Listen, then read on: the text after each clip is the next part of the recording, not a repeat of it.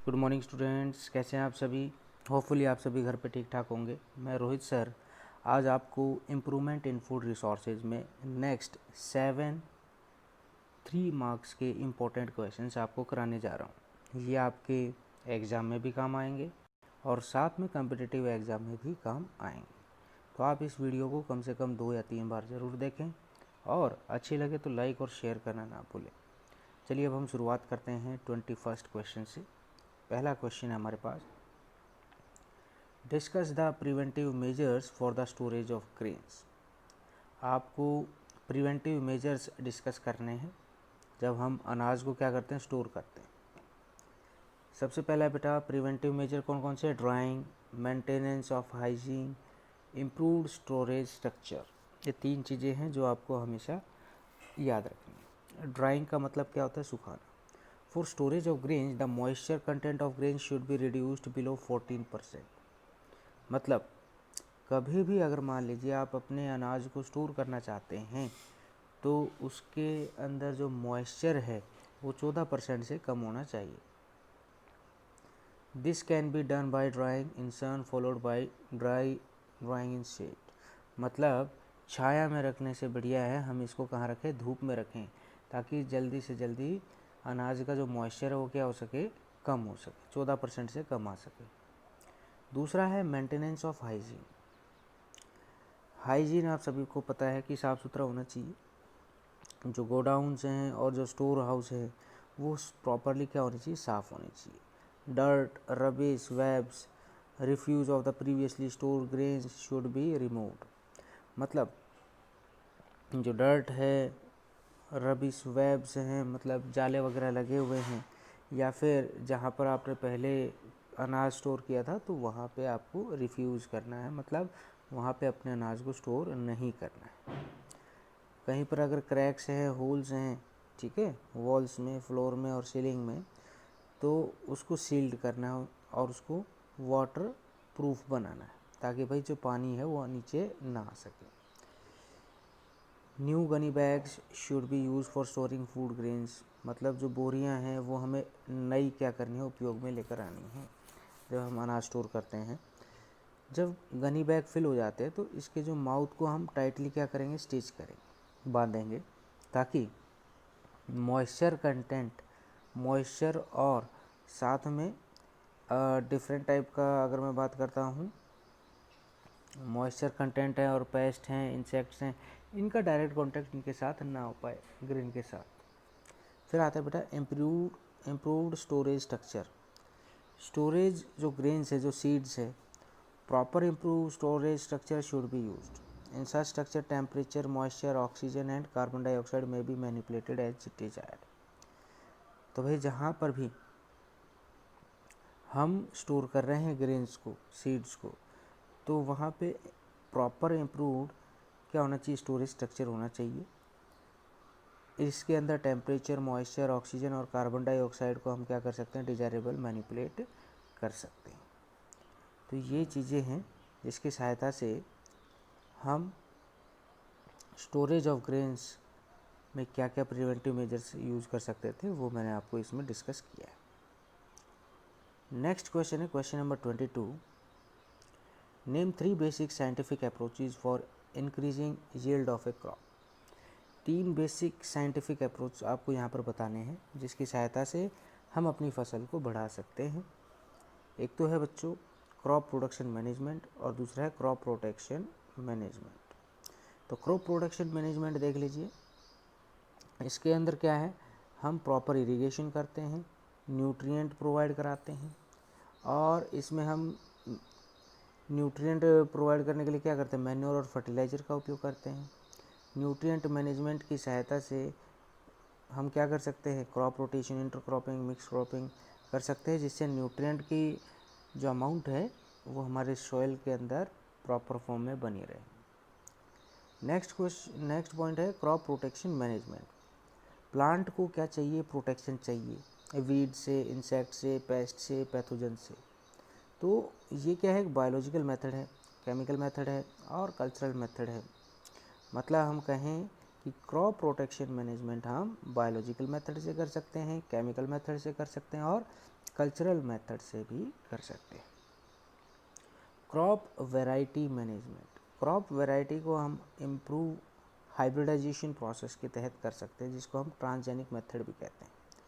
इसका मतलब क्या होता है, जो डिजायर्ड जो प्लांट के जो करैक्टर हैं वो ट्रांसफ़र कराए जाते हैं आर्टिफिशियली, या हम कहें लैब के अंदर, तो इसीलिए हमारी जो क्रॉप की वैरायटी है वो क्या हो जाती है, इम्प्रूव हो जाती है।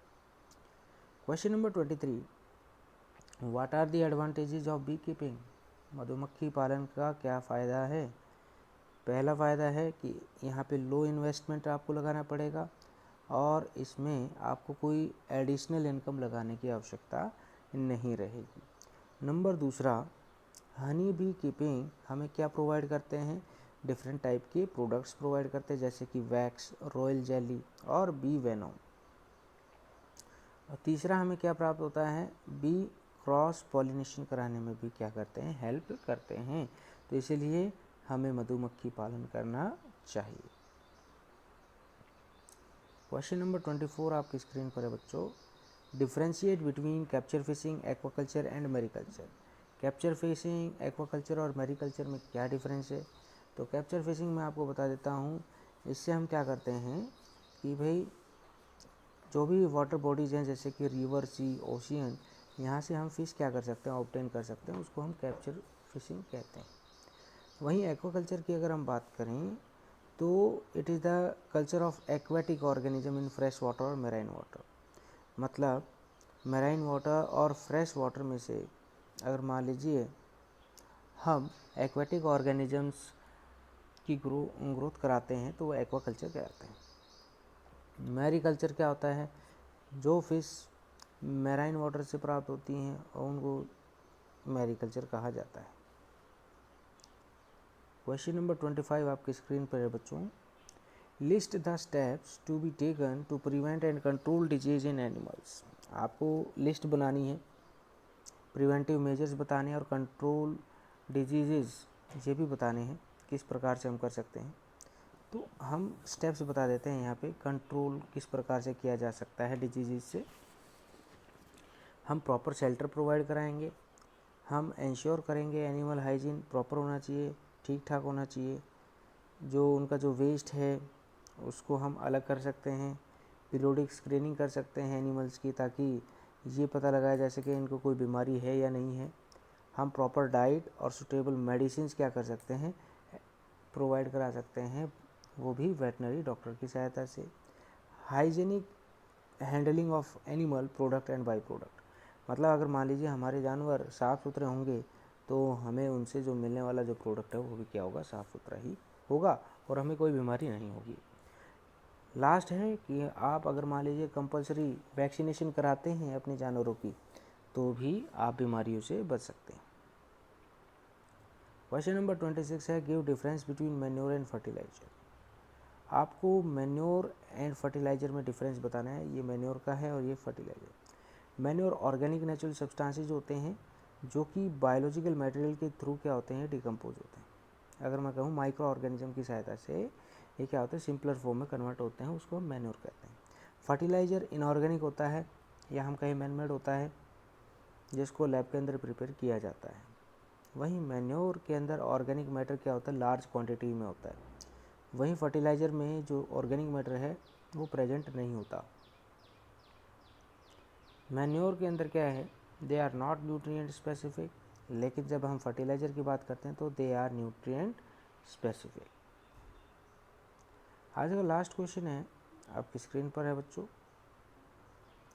तो question number 27, what are the components of cattle feed.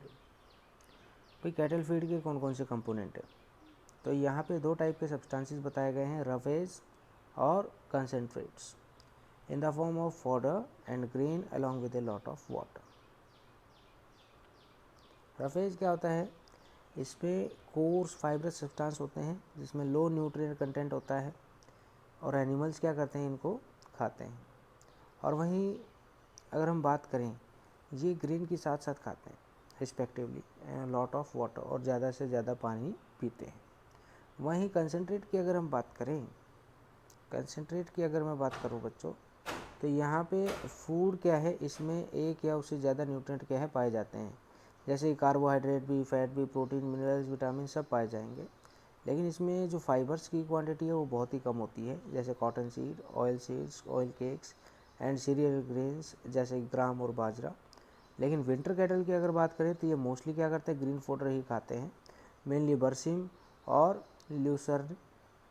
और अदर सीजन की अगर हम बात करें तो मेज, बाजरा, जवार और ड्राई फोडर क्या करते हैं, ये खाते हैं। तो ये कंपोनेंट्स थे कि हम अपने जानवरों को क्या क्या खिला सकते हैं। आपको समझ में आ गया होगा। तो यहीं तक आपको आज याद करना है। कल आपको 7 यही 3 मार्क्स के क्वेश्चंस आपको रिवाइज कराए जाएंगे। तो आज के लिए इतना ही है बच्चों, कल फिर मुलाकात होगी। जय हिंद, जय भारत, नमस्कार।